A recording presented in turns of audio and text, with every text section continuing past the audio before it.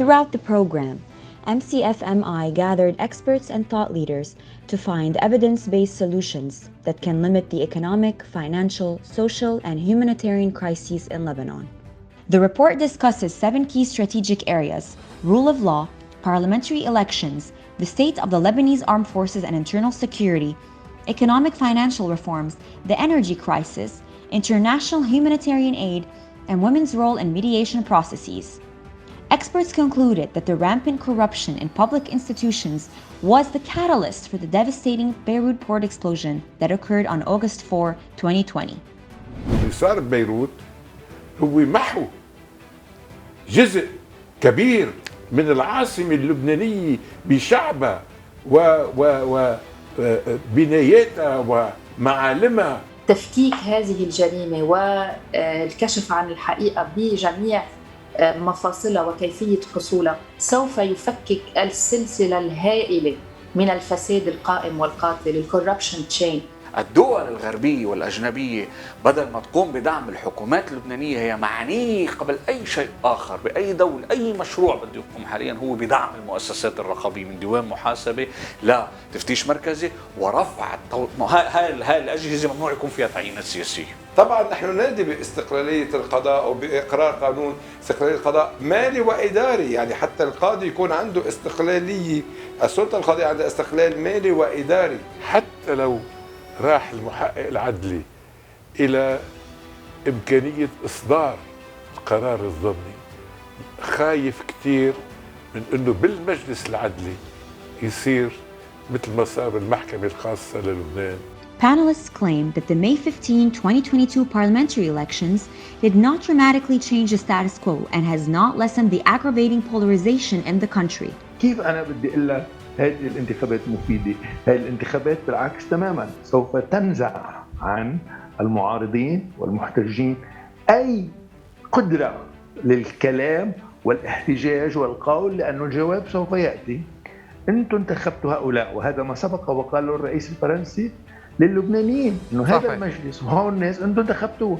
ما بدي احمل انا هالمسؤوليه وعطل الانتخابات، انا عم بحمل الناس تعوا شاركوني بالمسؤوليه ومارسوا حق التصويت بواقعيه وبوعي وبادراك لمخاطر هذه المرحله. هاي المحطه تاخذها وبتراكم فيها مشان ما يكون عندك فئه عند الثلثين مثلا مجلس نواب، لانه مثل ما تفضل استاذ سام معه حق، الثلثين بيقدروا يعدلوا دستور. اثنيناتهم انا برايي بعد الانتخابات رح يكونوا مضطرين يعدوا ليعملوا تسويه جديده، لانه ما حدا رح يقدر يحكم لوحده لو شو ما كان. Concerning national security, experts recommended certain reforms, such as a strong defense strategy and leadership to support the army that can ultimately align Lebanon's objectives with those of the United States.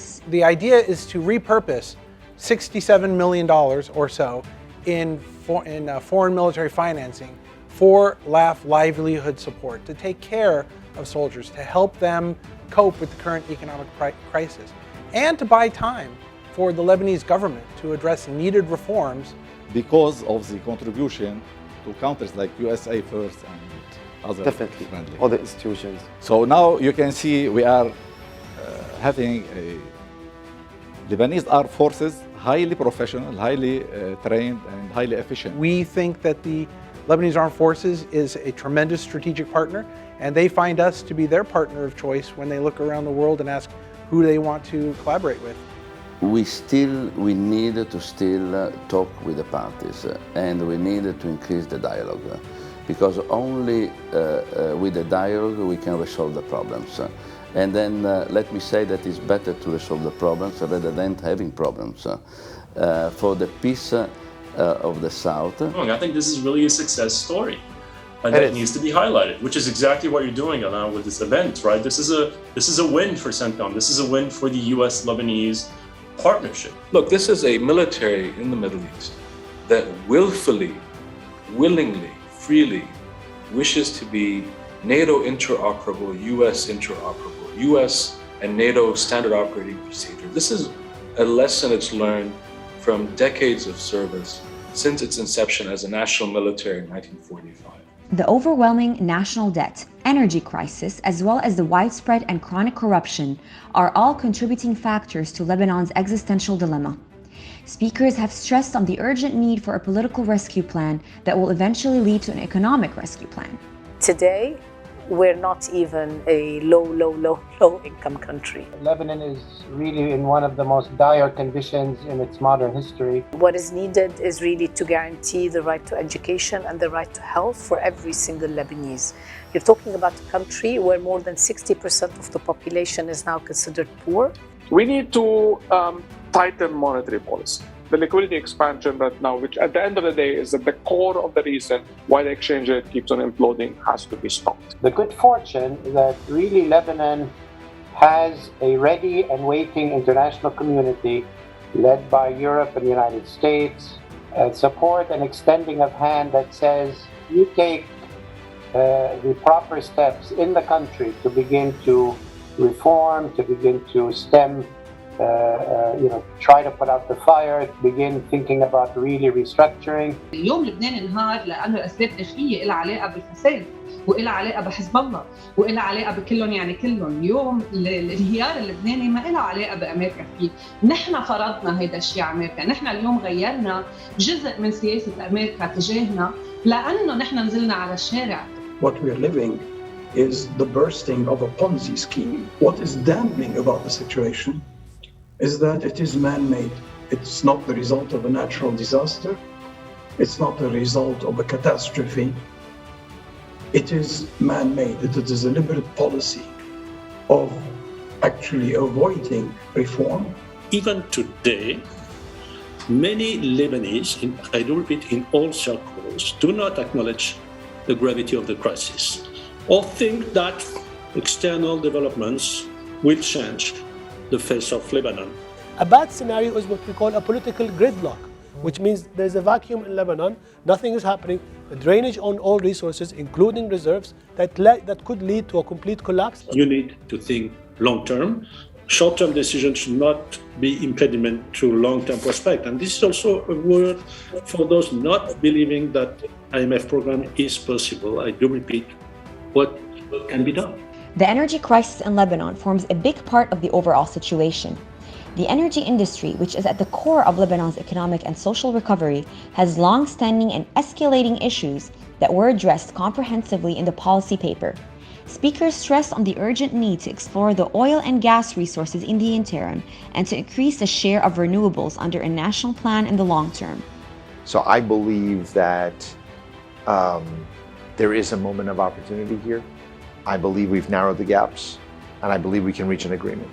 Lebanon has to decide that it wants this agreement. Israel has to decide that it wants this resolution, so that Lebanon can get on to the business of exploration, of getting foreign direct investment in the country, to get economic activity, and ultimately to have its own resources. هو قال confident، يعني هو شعوره انه نحن رح نوصل للحل، انه الامل انه الفشل اقل من امل النجاح، وهذا الشيء اللي انا بخليني مكمل.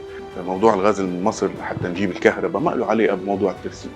سعيدين جدا احنا بتعاوننا مع اشقائنا اللبنانيين انه بنحاول نقدم ما نستطيع تقديمه خلال هذه الفتره اللي بيواجه فيها لبنان أزمة فيما يتعلق بقطاع الطاقة والكهرباء. The impact of the economic financial crisis has pushed countless Lebanese under the poverty line, igniting an unprecedented humanitarian crisis in the country. Speakers suggested short-term solutions that could lessen the burden on citizens. If we want to give a chance to the country really to recover from the situation and to have the energy and the willingness and the trust in a better future, we need to support them today. Two things that the international community need to be heavily engaged with urgently right now. One is to step up the pressure by all means on the political, not just reform, but change.